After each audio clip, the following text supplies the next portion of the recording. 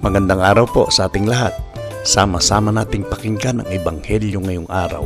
Naway magbigay ito ng liwanag at pag-asa sa ating buhay. Ang mabuting balita ng Panginoon ayon kay San Juan.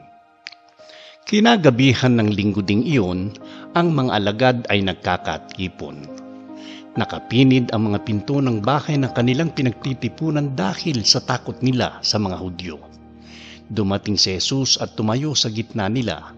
"Sumainyo ang kapayapaan," sabi niya. Pagkasabi nito, ipinakita niya ang kanyang mga kamay at ang kanyang tagiliran. Tuwang-tuwa ang mga alagad nang makita ang Panginoon. Sinabi na naman ni Jesus, "Sumainyo ang kapayapaan. Kung paanong sinugo ako ng Ama, gayon din naman sinusugo ko kayo." Pagkatapos, sila'y hiningahan niya at sinabi, "Tanggapin ninyo ang Espiritu Santo. Ang patawarin ninyo sa kanilang mga kasalanan ay pinatawad na nga. Ang hindi ninyo patawarin ay hindi nga pinatawad." Ang mabuting balita ng Panginoon.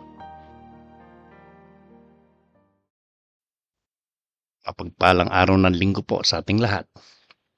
Sa ating Ebanghelyo, makikita natin ang mga alagad na puno ng takot at nakakulong sa isang silid dahil sa pangamba sa mga Hudyo. Ngunit sa gitna ng kanilang takot, dumating si Jesus at sinabi, "Sumainyo ang kapayapaan." Gaano kadalas na tayo rin ay nakakulong sa ating sariling takot, problema at pag-aalala. May mga pagkakataong tila nawawala ang ating lakas at pag-asa. Ngunit ipinapaalala sa atin ng Ebanghelyo na kayang pumasok ni Jesus kahit sa saradong pintuan ng ating puso. Hindi siya mapipigilan ng ating kahinaan, kasalanan o pagdududa. Ipinapakita rin ni Jesus ang kanyang mga sugat. Ang mga sugat na ito ay naging tanda ng kanyang pag-ibig at tagumpay laban sa kasalanan at kamatayan. Sa ating buhay, ang ating mga sugat at pagsubok ay maaari ring maging daan upang mas maranasan natin ang biyaya ng Diyos. Pagkatapos nito, hiningahan ni Jesus ang mga alagad at sinabi, "Tanggapin ninyo ang Espiritu Santo." Ipinapakita nito na ang tunay na kapayapaan ay nanggagaling sa presensya ng Diyos at sa kapangyarihan ng Espiritu Santo. Kapag kasama natin ang Panginoon, magkakaroon tayo ng lakas upang magpatawad, magmahal at magpatuloy sa kabila ng hirap ng buhay. Manalangin tayo.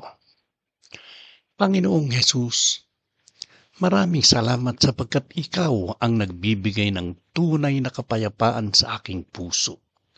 Sa mga sandaling ako ay natatakot, naguguluhan at nanghihina, tulungan mo akong magtiwala sa iyong presensya.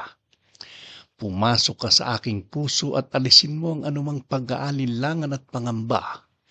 Punuin mo ako ng iyong Espiritu Santo upang magkaroon ako ng lakas na magmahal, magpatawad at mamuhay ayon sa iyong kalooban. Tulungan mo akong maging instrumento ng iyong kapayapaan sa aking pamilya, komunidad at sa lahat ng aking nakakasalamuha. Naway lagi kong maramdaman na hindi mo ako iniwan sa gitna ng aking mga laban sa buhay. Amen. Ang kapayapaan ni Kristo ay hindi lamang para sa panahon ng katahimikan, kundi lalo na sa panahon ng takot at pagsubok. Hayaan nating pumasok si Jesus sa ating puso upang tayo mapuno ng pag-asa, tapang at pagmamahal. Sa bawat araw, alalahanin natin, kasama natin ang Panginoon at sa Kanya ay may tunay na kapayapaan.